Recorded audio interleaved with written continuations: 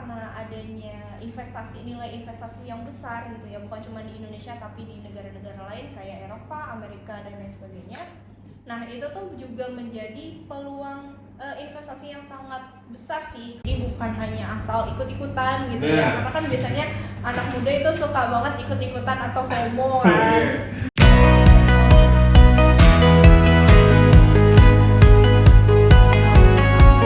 Welcome back to Points, podcast investasi di sini bersama gue, Faris sebagai host kalian. Di topik kali ini kita nggak kalah menarik dari episode sebelumnya, karena di sini kita bakal bahas tentang green energy. Bisa juga kita tuh bakal nanti arah-arah ada green economy, green investment. Ya mungkin selama ini yang bikin kita jadi penasaran. Gitu. Langsung aja di sini gue bersama narasumber kita nggak kalah hebat. Langsung di sini bersama Kak Siva. Halo Faris, halo teman-teman. Oke Kak, di sini tadi gue sempat singgung tapi kan dikit-dikit.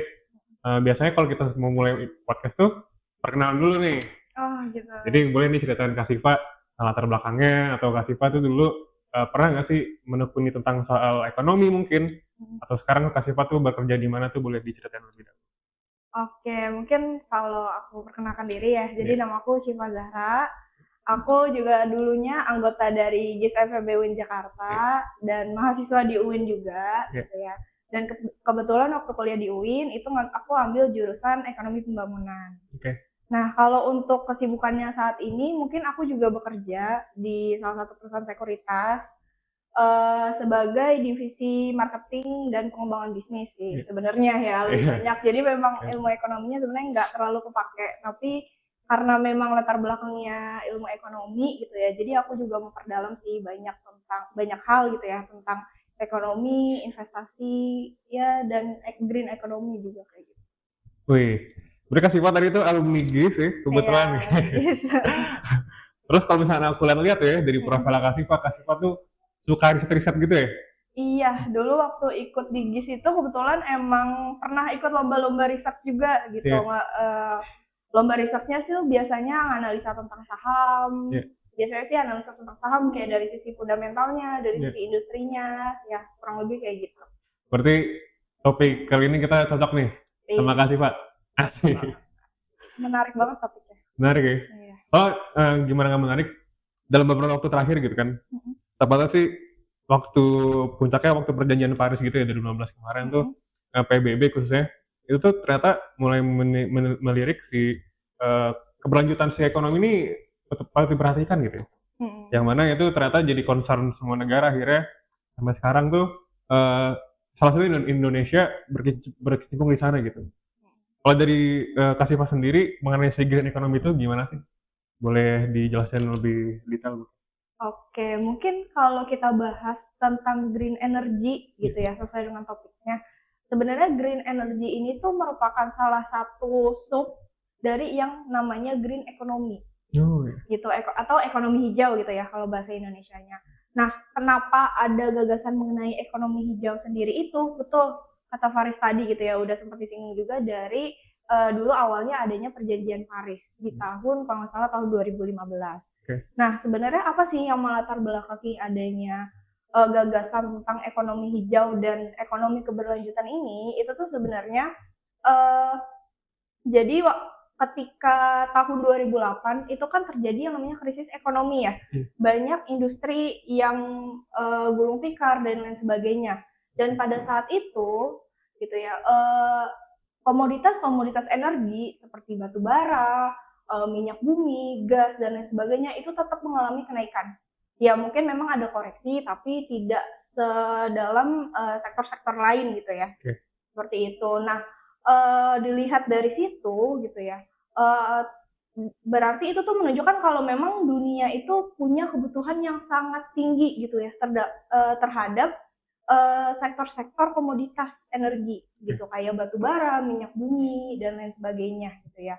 Dan sayangnya kan memang batu bara, minyak bumi, gas alam itu kan bukan yang sumber daya alam yang tidak bisa diperbarui gitu ya. Itu kan bahan bakar fosil dan lain sebagainya yang memang susah gitu untuk dibuatnya, yang semakin hari kita pakai bakal semakin habis kayak gitu. Nah, Dan dari penggunaan bahan bahan bakar dari fosil sendiri pun juga menimbulkan pencemaran lingkungan yang cukup serius. Oh ya. Iya, kayak gitu. Nah, pada akhirnya makanya negara-negara yang ikut dalam perjanjian Paris tersebut punya komitmen nih gitu untuk membuat kegiatan ekonomi itu yang lebih berkelanjutan.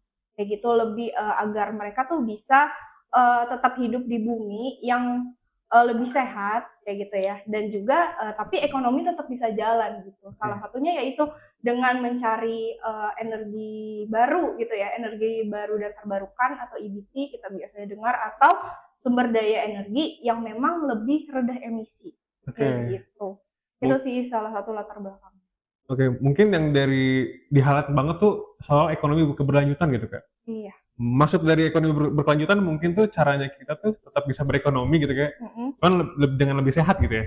Iya, kurang lebih sih seperti itu kalau secara sederhananya ya. Iya. Dan itu ternyata berimpact mungkin ke masa depan yang akan datang gitu ya. Iya. Karena kalau misalnya kita tarik flashback lagi gitu, zaman dulu tepatnya waktu revolusi industri zaman abad yang 18 gitu kan. Itu ternyata kalau misalkan kita cari tahu tuh suhu bumi itu terus meningkat gitu. Sampai akhirnya kita tuh ngerasa mungkin Kak Siva, sorry, lahirnya tahun berapa? Tahun 2000-an. 2000-an. Mungkin zaman revolusi industri Kak Siva belum lahir gitu ya. Iya. Mungkin kalau aku sendiri, aku rada lebih muda gitu. Oh, iya. Mungkin yang benar-benar kita rasain dampaknya tuh suhu 10 tahun yang lalu, mungkin waktu Kak Siva masih sekolah ya.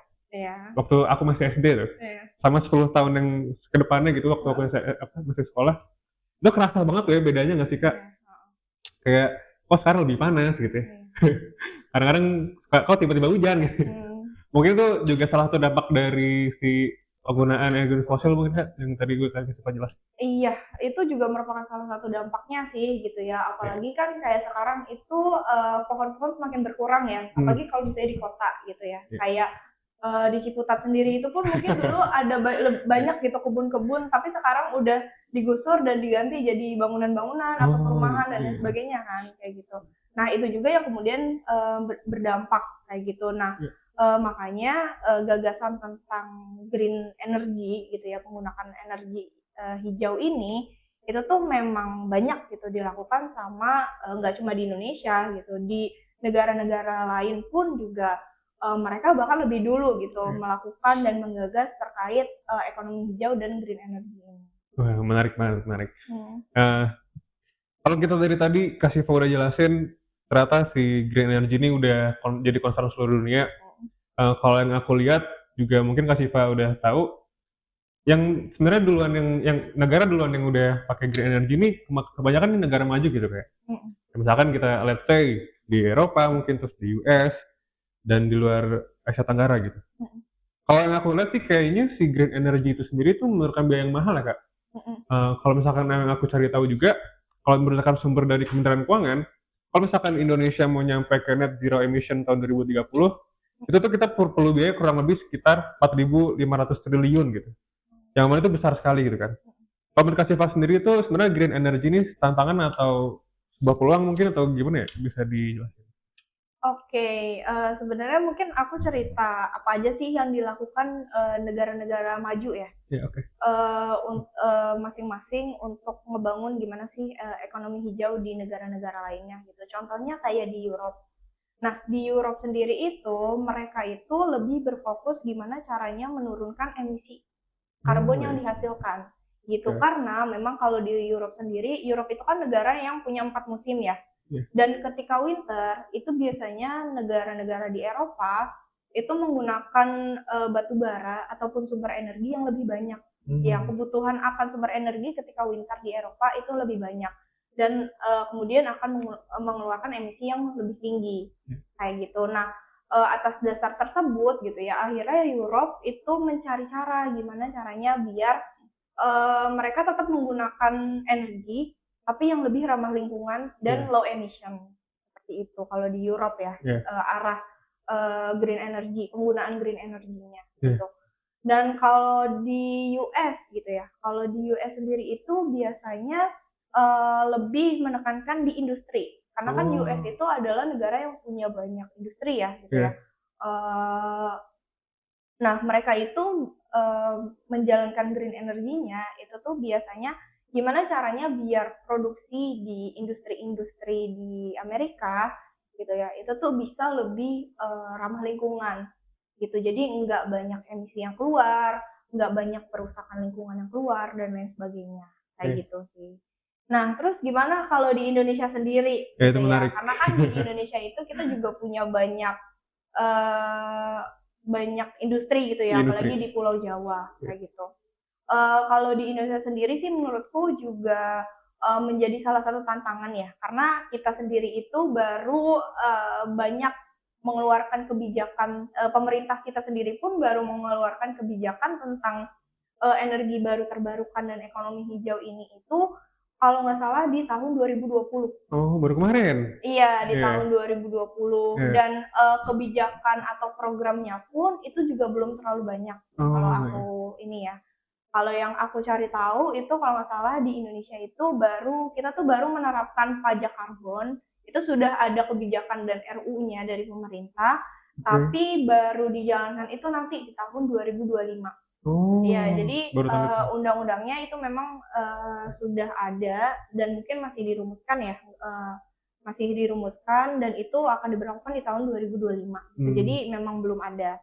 Iya. Atau ada juga mungkin yang baru gitu ya, tahun 2023 kemarin itu kita ada juga namanya bursa karbon. Oh, iya. Gitu. Nah, bursa karbon ini juga sebenarnya di Indonesia sendiri kita mengadopsi dari bursa karbon yang ada di negara Eropa sama di Asia gitu ya. Di Asia itu ada di China sama di Korea Selatan.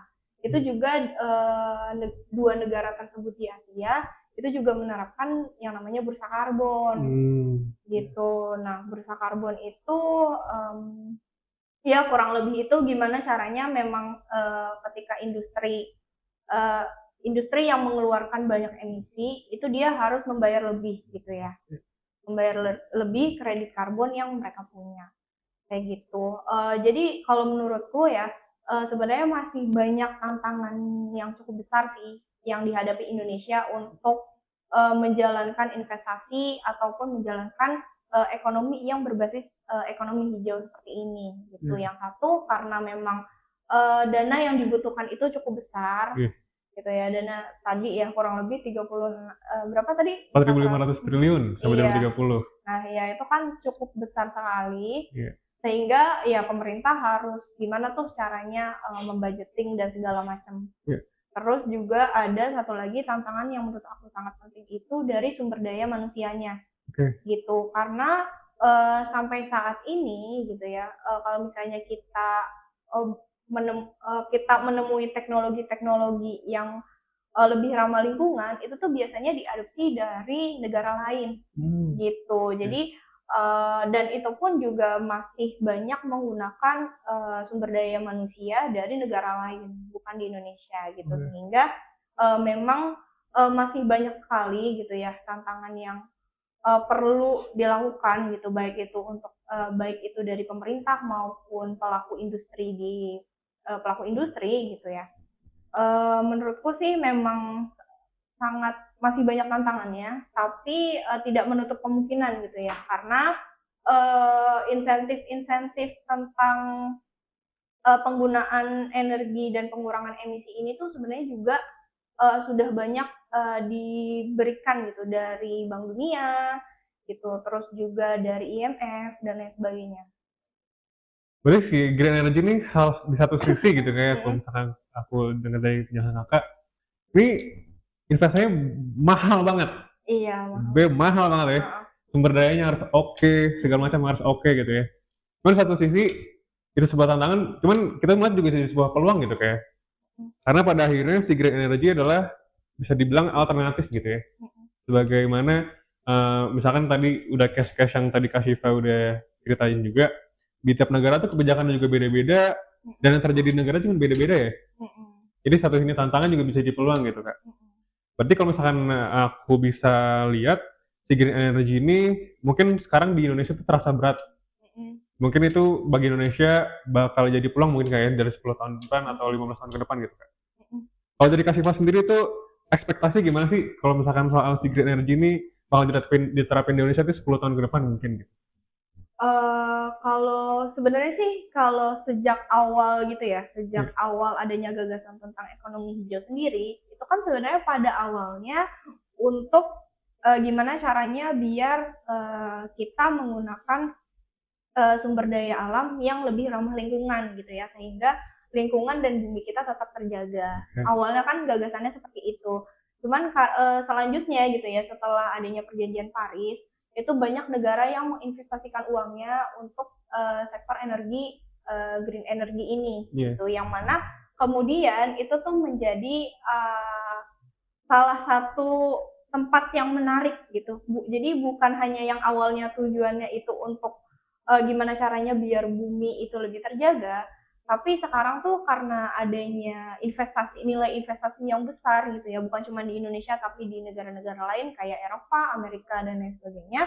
iya, Nah, itu tuh juga menjadi peluang investasi yang sangat besar sih kalau iya, untuk para pelaku-pelaku ekonomi ya, oke. gitu. Seperti misalnya investor dan lain sebagainya gitu. Jadi kalau misalnya aku bilang dari sisi investor, tentu sektor energi terbarukan ini sangat menarik sih Oke. untuk bisa dilirik dan dipelajari lebih dalam gitu ya. Cuman setelah ada catatan bahwa memang karena sektor EBT atau energi hijau ini masih baru, tentu masih banyak sekali PR dan evaluasi yang perlu dilakukan gitu, Oke. sehingga ya sebagai investor kita juga harus paham gitu ya terkait resiko-resiko masing-masing industrinya gitu ya. Apakah industri ini cocok nggak sih untuk menerapkan ESG? Biasanya kan sekarang banyak perusahaan-perusahaan yang menerapkan ESG. ESG, iya. Iya, Iya. nah mungkin kita sebagai investor gitu ya, bukan cuman kayak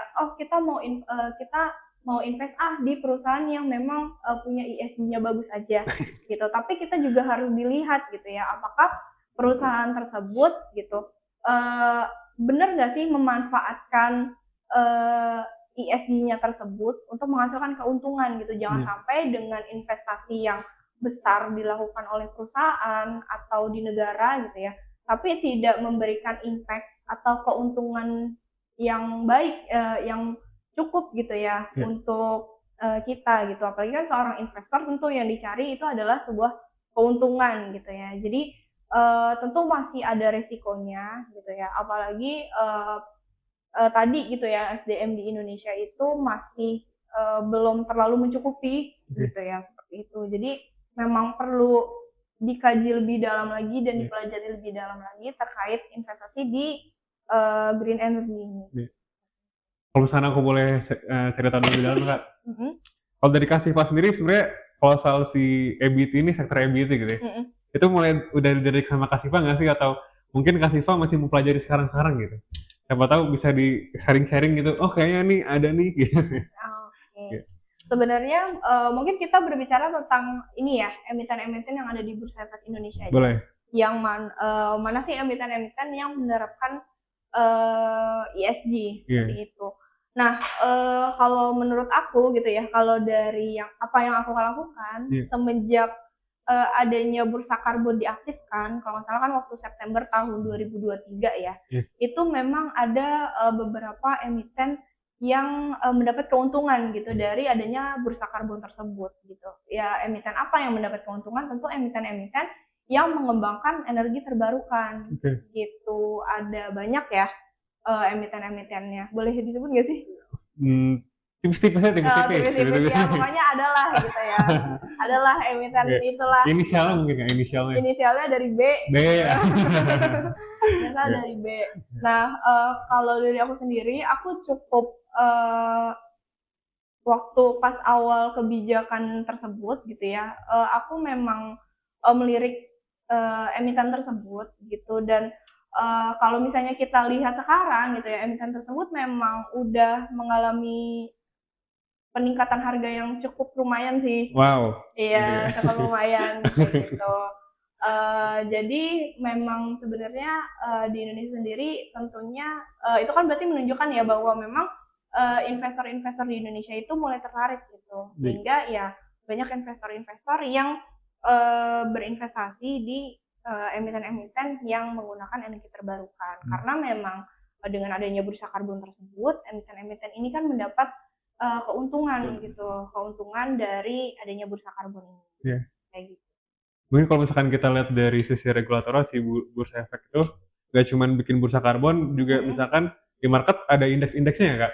Iya. Ada Serika Hati, ada Iya, ada ESG Leader. hati dan lain sebagainya, itu bisa menjadi acuan kita sih. Iya. Tapi kembali lagi kita perlu melihat juga gitu ya, Iya. dari strength dan competitiveness masing-masing emiten. Iya. Apakah memang emiten ini punya komitmen yang sesuai atau tidak gitu, Iya. dan apakah emiten ini bisa mengolah konsep ESG-nya ini untuk mendapat keuntungan. Iya. Gitu. Berarti di sini kita adalah bisa berinvestasi nggak cuma cuan aja, Iya. tapi kita juga merhatiin lingkungan. Iya, betul banget itu. Menarik sih, karena ya di zaman sekarang pun yang kebanyakan jadi investor tuh Gen Z ya, Kak? Iya. Gen Z nih kalau misalkan aku boleh lihat, kayaknya mereka tuh concern banget nih sama yang namanya lingkungan. Oh, gitu. Terus juga mungkin ya lingkungan itu paling concern banget. Ini mungkin bisa jadi alternatif buat Gen Z tuh kayak alternatif buat investasi, cuman juga tetap bisa merhatiin lingkungan gitu. Iya, betul banget. Jadi kayak gitu kita juga bisa mendukung program pemerintah. Iya. Seperti itu sih. Iya. Sebenarnya sama, aku juga kan Gen Z ya. Iya. Aku juga Gen Z. Betul. Jadi kita memang sebenarnya kalau dari aku sendiri gitu ya, kita sebagai kita yang memperdalam tentang investasi gitu ya, ada baiknya kita memang bisa melirik potensi-potensi perusahaan-perusahaan gitu. Salah satunya kan memang saat ini yang punya potensi sangat besar gitu ya, itu kan penggunaan energi terbarukan. Kayak gitu. Jadi ya apa salahnya gitu kita mempelajari dan kita berinvestasi di instrumen-instrumen investasi yang menerapkan ESG tersebut. Iya. Jadi kita waktu berinvestasi pun nggak cuma itu aja gitu emitennya, Kak. Kita juga jadi tahu banyak hal gitu ya, tentang isu lingkungan, tentang yang soal ESG tadi gitu ya. Dan pada akhirnya kita buat memilih investasi pun baik alternatifnya gitu kayak. Mungkin kalau aku cari tahu pun baik jenis juga sih instrumen investasi itu nggak cuma saham aja yang merhatiin lingkungan, juga ada, kalau Kasifa mungkin boleh sharing, kayak ada green sukuk ya, ada green bonds, juga ada reksadana hijau. Itu mungkin Kasifa udah coba nyari tahu mungkin instrumen yang lain. Sebenarnya produk-produk tentang green energy gitu tuh juga banyak ya. Salah satunya green sukuk, green tadi gitu ya, green bonds gitu. Green bonds dan lain sebagainya. Kalau dari aku sendiri sih sebenarnya belum pernah coba mencari tahu tentang instrumen tersebut gitu ya. Tapi kalau dari secara garis besar aku bisa melihat berarti memang Bursa Efek Indonesia dan juga pemerintah gitu ya, mungkin memang memiliki komitmen yang cukup besar gitu ya untuk meningkatkan tadi ya gitu dalam mewujudkan ekonomi hijau di 2030. Seperti itu. Dan mungkin salah satu caranya itu pun juga dengan meningkatkan investasi di industri-industri yang berbasis ekonomi berkelanjutan. Kayak gitu. Kalau dari aku sendiri mungkin cukup dan bisa dilirik gitu ya, bisa dipelajari lebih dalam terkait green bonds dan lain sebagainya itu. Dan apalagi kan kalau misalnya bonds itu kan di bawah pemerintah ya, diawasi dan punya pemerintah itu sendiri gitu, yang mana investasi tersebut juga udah pasti aman seperti itu. Jadi nggak ada salahnya untuk kita mencoba kembali lagi ya dari teman-teman sendiri gitu ya.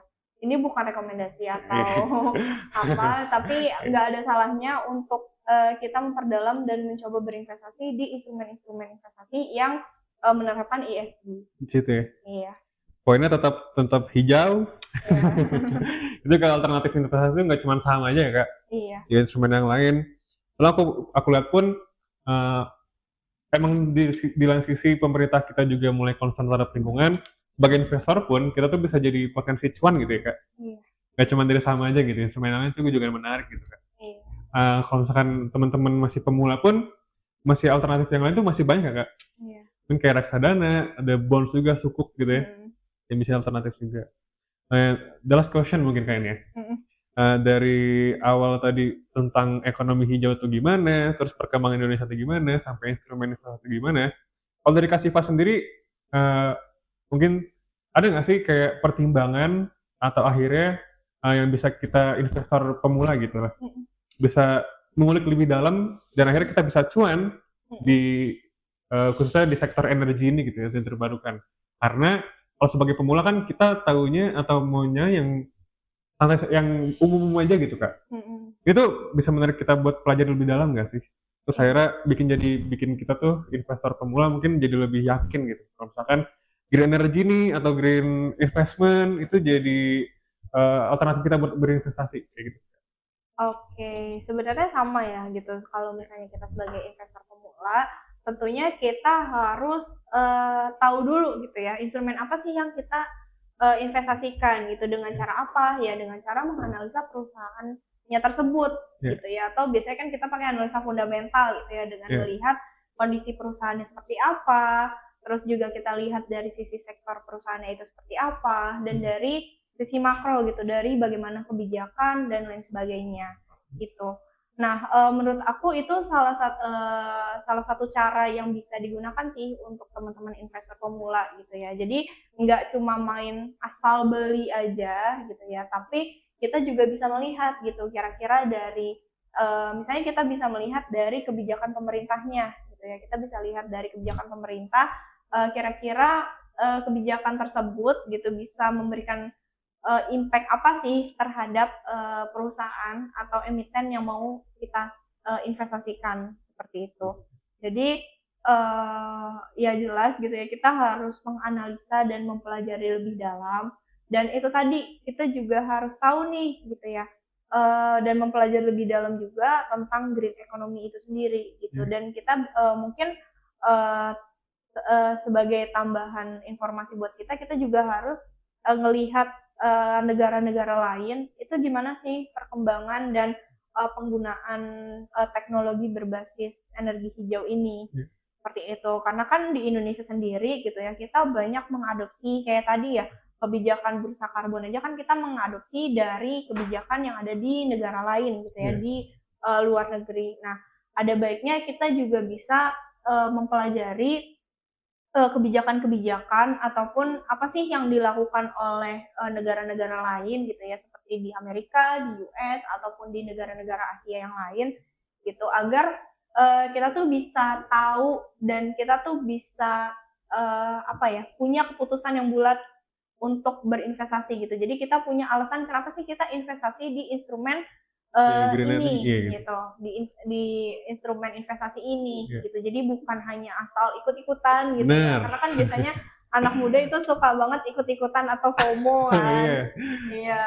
Nah, jadi, kalau saran dari aku tentu kita harus mempelajari lebih dalam dan juga, melihat kondisi, baik itu di dalam negeri maupun luar negeri. mungkin dari tips dari Kak Siva tadi lengkap banget. Heeh. Mungkin teman-teman yang masih mau mulai investasi atau yang baru mulai investasi gitu kayak, itu bisa diterapin mungkin tipsnya Kak Siva. Kalau dari aku sendiri sih, aku masih mempelajari soal itu sih, Kak. Mhm Karena buat aku sendiri itu sesuatu yang menarik. Aku juga sebagai mahasiswa ekonomi gitu ya, mhm. green energy nih, green economy ya misalkan bisa jadi suatu peluang yang tadi Kak Siva udah jelasin juga. Ya itu juga tentunya jadi masa depan buat anak cucu nanti mungkin. Iya, betul banget itu. Karena kalau misalkan kita nggak jaga lingkungan dari sekarang, entar di masa depan juga bingung gitu kayak gimana Iya, gitu. seperti itu. Oke, mungkin dari Kak Siva ada closing statement? Mungkin kalau dari aku, balik lagi gitu ya, Iya kalau misalnya kita mau jadi iya investor, kalau kita misalnya mau investasi, itu iya kita harus, mengetahui dulu apa yang kita beli gitu, bukan iya cuma investasi di instrumen yang green energy gitu ya, tapi di instrumen investasi lain, di sektor-sektor lain, itu kita harus melihat dan mempelajari terlebih dahulu sebelum melakukan investasi. Jadi iya. jangan FOMO, jangan ikut-ikutan apa yang lagi tren, apalagi ikut-ikutan apa yang dipom-pom sama influencer di sosial media, Iya, kayak gitu ya. iya, Supaya apa? Supaya kita terhindar dari resiko-resiko yang tidak kita inginkan, oke. seperti itu. Wow, makasih banyak Kak Siva, ini Iya. insight yang sangat menarik dan sangat mungkin bagi kita pemula dan Gen Z tentunya ini bakal jadi pembelajaran buat kita semua. Jadi aku sendiri juga ini bakal jadi pelajaran buat aku. Anyway, thank you so much Kak Siva udah datang di podcast kita. Semoga ini bisa sesuatu yang menarik buat kita semua. Sekian guys untuk poin sekali ini.